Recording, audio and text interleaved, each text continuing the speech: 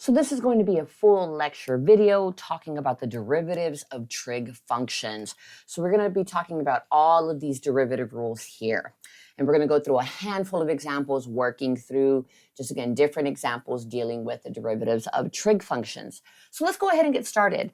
The first two examples we're going to work on, we're going to find the limit as x approaches 0 of the following functions here.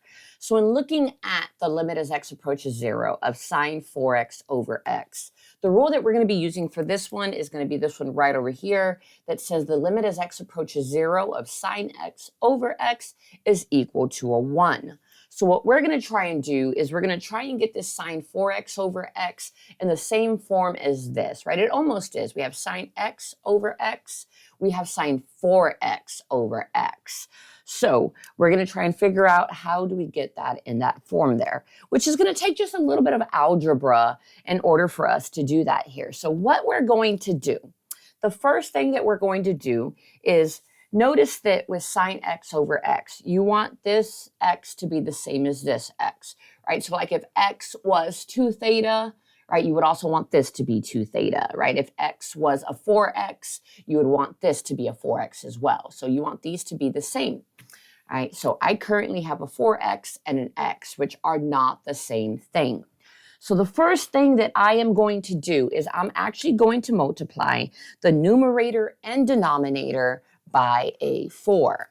So that's just going to look like now a 4 times sine 4x over a 4x, right? Just multiply top and bottom by 4.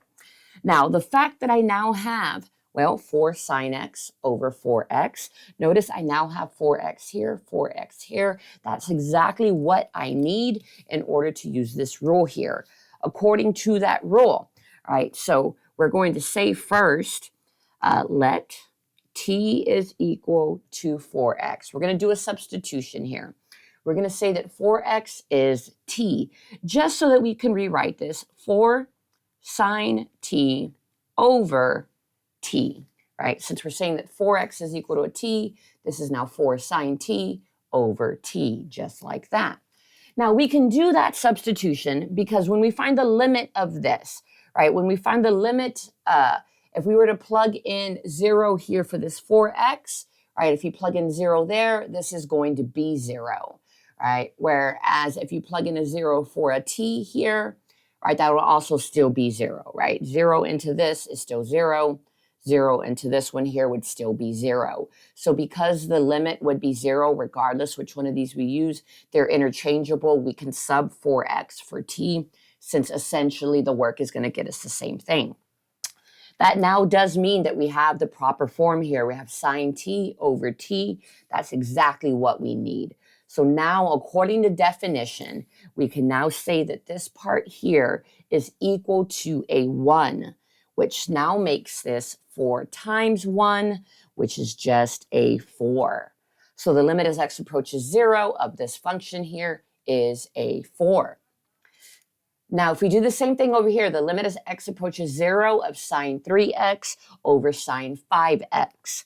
All right, so we need to see what we can do here. Okay, so since I have sine 3x over sine 5x, that's definitely not the form that I need to help me simplify here. So we need to do a little bit of algebra to try and get it in the proper form. So the first thing I'm going to do is I am going to divide the numerator and the denominator by x. So I'm going to say divided by x divided by x. All right, so that's now going to look like the limit as x approaches 0 of sine 3x over x over sine 5x over x. The next thing I'm going to do is I'm going to multiply this top fraction here. I'm going to multiply this by a 3 over 3. Whereas I'm going to multiply our bottom fraction here by a 5 over 5. That's now going to make this the limit as x approaches 0 of a 3 sine 3x over 3x over a 5 sine 5x. At this point here, we can do a substitution. I'm going to say that t is going to equal to 3x. And just so that I use a different letter here in our denominator, I'm going to say that u is going to equal to a 5x. That's going to allow me to write this as a 3 sine t over t over a 5 sine u over u. And now that I'm able to write those in that form, I can now use the rule over here that says the limit as x approaches 0 of sine x over x is equal to a 1. Well, I now have that because I have sine t over t. I have sine u over u, which means both of those are going to equal a 1. And since they both equal a 1, I'm really just left with the 3 here in my numerator over the 5 down over here. So the limit is equal to 3/5. All right, so let's go through a handful of examples here of calculating the derivatives of some examples here. So first example we're going to look at, y is equal to e to the x times cosine x. The first thing that we should be noticing about this problem here is this is a multiplication. We have e to the x times cosine x. And if you have a product of two things, we should be using the product rule for derivatives. So when we take the derivative here, we're going to say y prime is equal to, keep in mind the product rule. The product rule says to take the derivative of the first thing. The derivative of e to the x is e to the x. So the product rule is the derivative of the first times the second. Right, so the derivative of the first is ex times the second, so just drop down cosine x. Plus, right, derivative of the first times the second plus the first times the derivative of the second. So now we're going to drop down e to the x as we take the derivative of cosine, and the derivative of cosine is a negative sine x. All right, so derivative of the first times the second plus the first times the derivative of the second. That is the product rule. Otherwise, the only thing left to do here is to maybe clean this up a little bit. Any simplifying, maybe any factoring that we might be able to do here.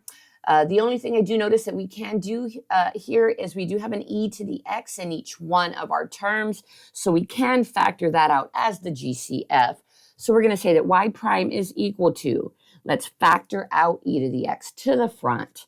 That's going to leave me with a cosine x here minus, again, keep in mind we do have this minus sign here. So that is now going to be minus sine x, right? Since we factored this e to the x out. So these e to the x's go here. We have cosine x minus sine x left as our derivative of this function here. Moving on to the next example, y is equal to sine x minus x cosine x. Taking a look at this one here, so let's see, y prime is equal to, the first thing here we have is sine x.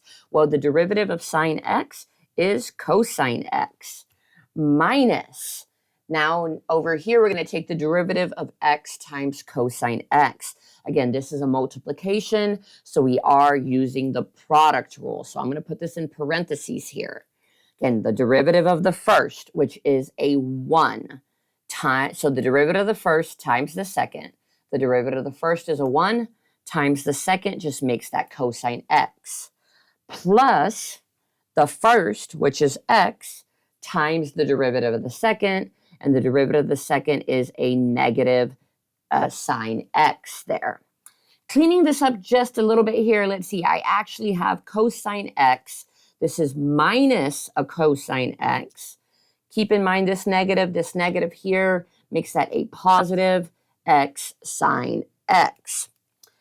Taking a look at what we have here, let's see if there's any simplifying, any factoring that can be done. The only thing I notice here is we have a cosine x minus a cosine x, making this y prime is equal to x sine x. All right, so let's take the derivative of this. We have y is equal to 1 plus sine x over 1 minus sine x.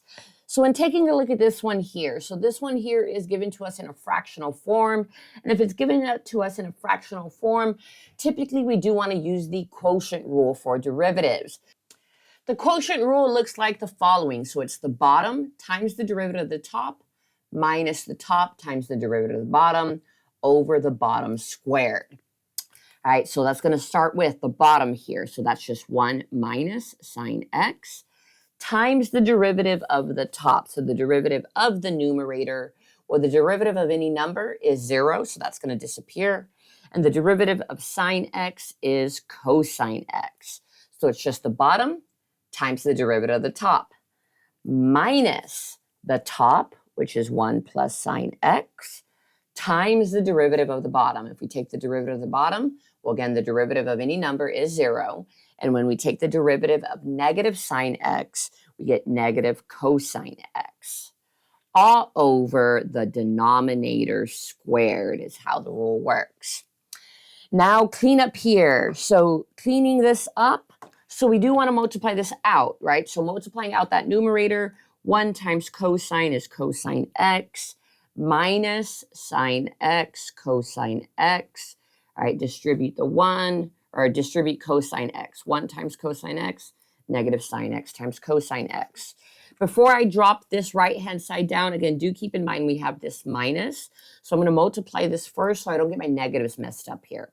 If I multiply this here, 1 times negative cosine x, that's a negative cosine x.